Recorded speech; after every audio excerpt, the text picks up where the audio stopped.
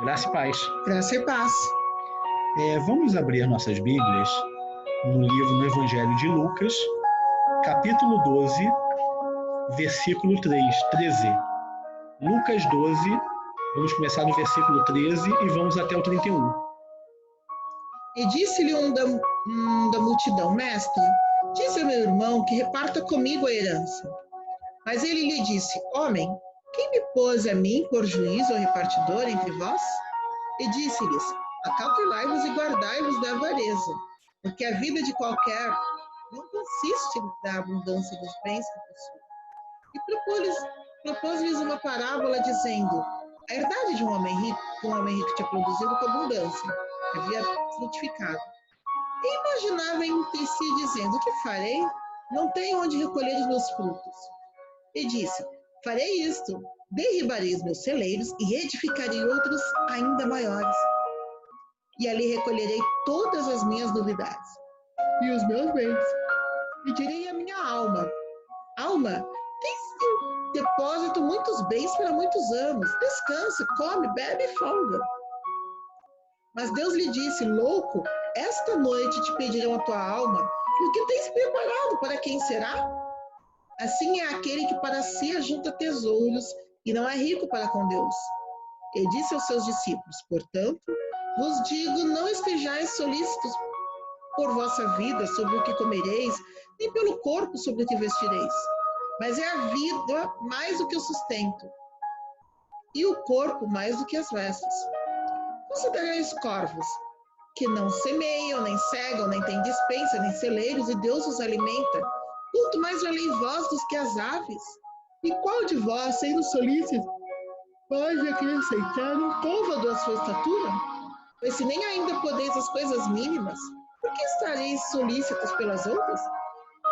Considerai os lírios, como eles crescem, não trabalham, nem fiam, e digo-vos que nem ainda Salomão, em toda a sua glória, se vestiu como um deles.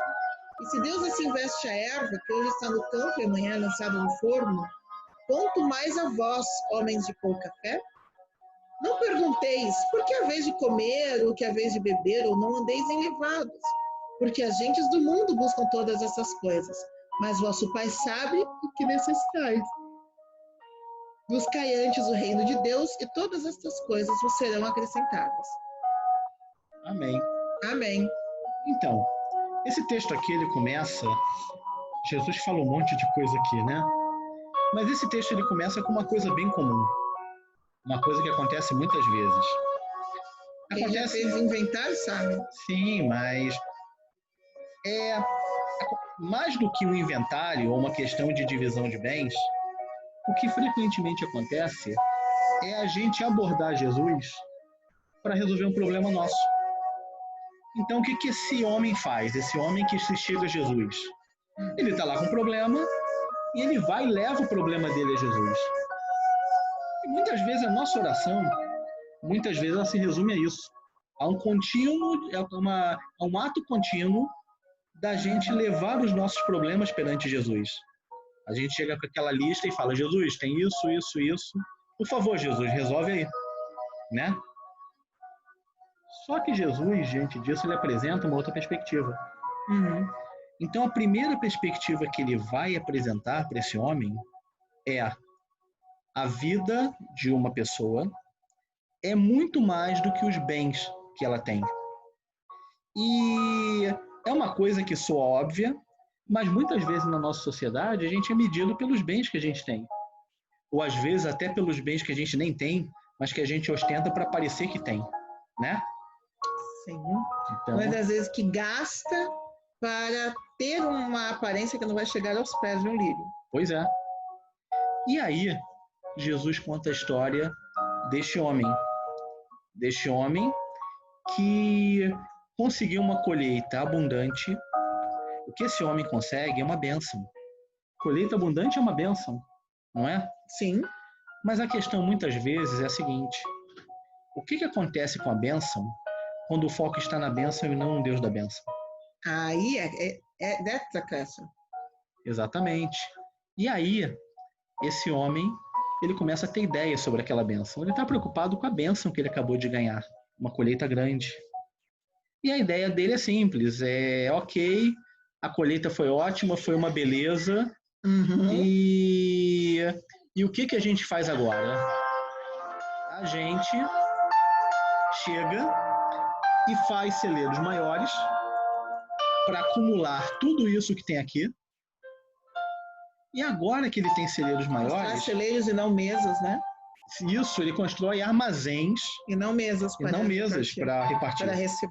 Para receber. E aí essa é a condição de como ele faz uso da bênção que ele tem, dessa colheita abundante, dessa colheita maravilhosa, diria. Triste, né? Um fruto solitário. Porque a gente tem relatos na Bíblia de colheitas maravilhosas, a pesca maravilhosa dos discípulos. Sim. Então eu fico imaginando quando Pedro pega uma rede cheia de peixe, o pessoal fazendo aquele churrascão de peixe, dividindo os peixes, comendo peixe com Jesus. Mas não. Essa colheita maravilhosa que esse homem tem não vai servir para isso. Vai servir só para encher celeiro, porque ele acha que a segurança dele está nisso. Só acumular. E aí, muitas vezes a gente pensa nessa questão da salvação, falando, olha, e agora? Jesus fala que... E aí Jesus diz, insensato, esta noite vão pedir a sua alma. E o que você tem guardado vai ser para quem? E a gente pensa muitas vezes na questão do tipo, a salvação diante da morte. Mas a salvação, ela não é uma espécie de seguro de vida. Sabe, quando a pessoa que faz seguro de vida, pensando unicamente na morte, ele só vai ter algum efeito se aquele sinistro, como diria no seguro de vida, que se aquilo ali acontecer. Não, a salvação não é uma pólice de seguro de vida. A salvação, ela é um ato contínuo, um ato eterno. Quando nós somos salvos por Jesus, Ele nos salva por inteiro. Ele redime a nossa história, o nosso trabalho, tudo aquilo que fazemos. Tudo ganha um novo significado, tudo ganha uma nova forma de ser feito. A nossa história é redimida. Nós somos redimidos. E como nós somos redimidos, o nosso trabalho não. Sim. Os nossos afazeres, os nossos relacionamentos. O fruto do nosso trabalho. O fruto do nosso trabalho.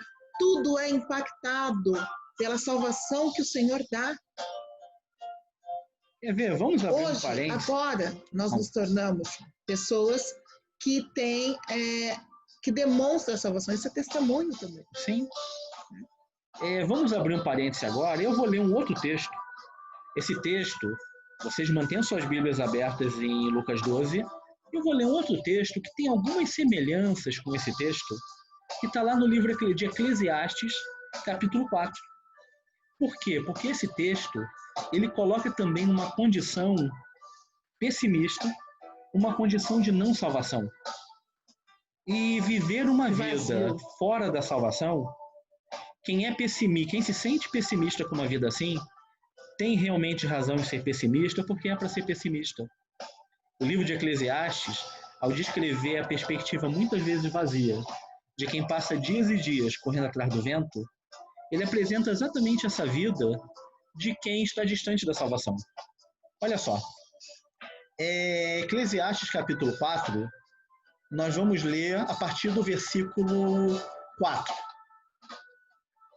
Descobri que todo trabalho e toda realização surgem da competição que existe entre as pessoas. Duro, né? Mas isso também é absurdo, é correr atrás do vento. O tolo cruza os braços e destrói a própria vida. Melhor é ter um punhado com tranquilidade do que 2 punhados à custa de muito esforço e de correr atrás do vento. Descobri ainda outra situação absurda debaixo do sol. Olha só que situação, pessoal. Havia um homem totalmente solitário. Não tinha filho nem irmão. Trabalhava sem parar. Contudo, seus olhos não se satisfaziam com a sua riqueza. Ele sequer perguntava: para quem estou trabalhando tanto? E por que razão deixo de me divertir? Isso também é absurdo. É um trabalho, por demais, ingrato. Aqui, nessa primeira parte, fala exatamente dessa perspectiva solitária, dessa perspectiva de acumulação, de viver em função dos seus bens. E depois só que depois o texto começa a dar, de próprio de Eclesiastes, a partir do versículo 9 de Eclesiastes 4, ele começa a dar uma outra perspectiva, uma perspectiva bem melhor. Ele diz: é melhor ter companhia do que estar sozinho, porque maior é a recompensa do trabalho de duas pessoas. Se um cair, o amigo pode ajudá-lo a levantar-se. Mas pobre do homem que cai e não tem quem o ajude a levantar-se. E se dois dormirem juntos, vão manter-se aquecidos, não é não? Uhum. Pois é. Como, porém, manter-se aquecido sozinho? Frio, hein? Tá bom, hoje a pessoa tem um aquecedor elétrico, a pessoa tem algum... Mas é frio assim mesmo. Mas mesmo assim é uma... Pode... É uma vida fria. É uma vida fria. Pode até ter aquele calor físico, mas a frieza de alma é realmente complicada. Bom, o homem, continuando no versículo 12, o homem sozinho pode ser vencido, mas dois conseguem defender-se. Um cordão de 3 dobras não se rompe com facilidade. Então, esse texto ele apresenta também essa perspectiva do andar sozinho versus o andar junto. O andar junto com Deus, o andar junto com o irmão, o andar junto com a família. A vida com Deus, ela não é uma vida solitária. Ela é uma vida comunitária. Nós somos parte da igreja, começa por aí, nós somos membros uns dos outros, membros do corpo de Cristo. Então, é necessariamente uma vida comunitária, uma vida que a gente vive com o outro, a gente não pode viver para si mesmo. E isso não vale só para quem está casado, para quem está em família, mas às vezes a pessoa que por alguma situação da vida se viu morando sozinha, é importante você saber. Vivendo com Deus, uma parte da salvação que Deus traz sobre a vida de cada um de nós é dizer que você não está só. Não precisa mais, não deve mais correr atrás do vento, sozinho, trabalhando para si mesmo. Sim. E aí, qual é a perspectiva da salvação que a gente encontra nesse texto? Porque a primeira perspectiva, voltando agora para o texto de Lucas 12, a primeira perspectiva que a gente encontra é desse homem que vive essa vida em função de acumular bens. Sucesso para ele é aquele padrão que muitas vezes a gente olha em várias dessas revistas, que mostra aquela mansão luxuosa, aqueles carros de luxo na garagem. É a pessoa que às vezes tem um corpo só, mas tem 20 carros. Tento entender para quê, mas ok. E mostra essa perspectiva de que sucesso na vida é isso. Mas o que depois mostra o texto de Lucas 12 é que a perspectiva da salvação é a vida em comunidade, é o cuidado de Deus, é a gente estar ciente de que o Deus que nos salva também é um Deus que cuida de nós. É o Deus que cuida de nós como as aves do céu, como os lírios do campo. Os lírios do campo que continuam bonitos, as aves do céu que continuam encontrando alimento.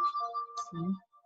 E é essa perspectiva que a gente queria deixar para vocês, para que a gente entenda que a salvação de Deus, o cuidado de Deus, estão muito além da gente acumular bens. E que Deus ama a nossa prosperidade. Deus ama quando os discípulos fazem uma pescaria e vêm com uma rede cheia de peixe. Deus também ama quando um homem, como esse homem aqui rico, quando ele tem uma colheita muito acima da média, uma colheita maravilhosa. Mas Deus nos convida para estender mesas, para repartir, para ter comunhão com o outro, para usufruir juntos. Porque Deus nos convida para não termos uma vida vazia e solitária. A salvação de Deus, ela é eterna. E por ser eterna, ela já começa aqui. Amém? Amém. E aí a gente pode, então, saber que não precisa se preocupar quando a gente está junto, quando a gente está em família, quando a gente está num corpo. Mesmo que cada um esteja no seu cantinho, a gente não precisa ter medo. Não há solidão.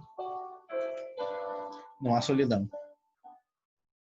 Quem está salvo não está sozinho. Amém? Amém.